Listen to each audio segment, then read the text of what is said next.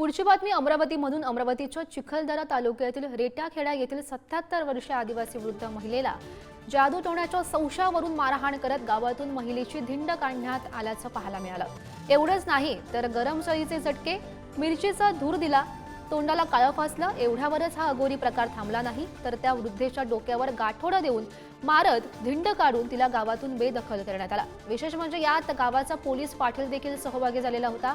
समाजमन सुन्न करणारा आणि पुरोगामी महाराष्ट्राला लाजवणारा हा धक्कादायक असा प्रकार चिखलदरा तालुक्याच्या रेटाखेडा इथं 30 डिसेंबरला घडला।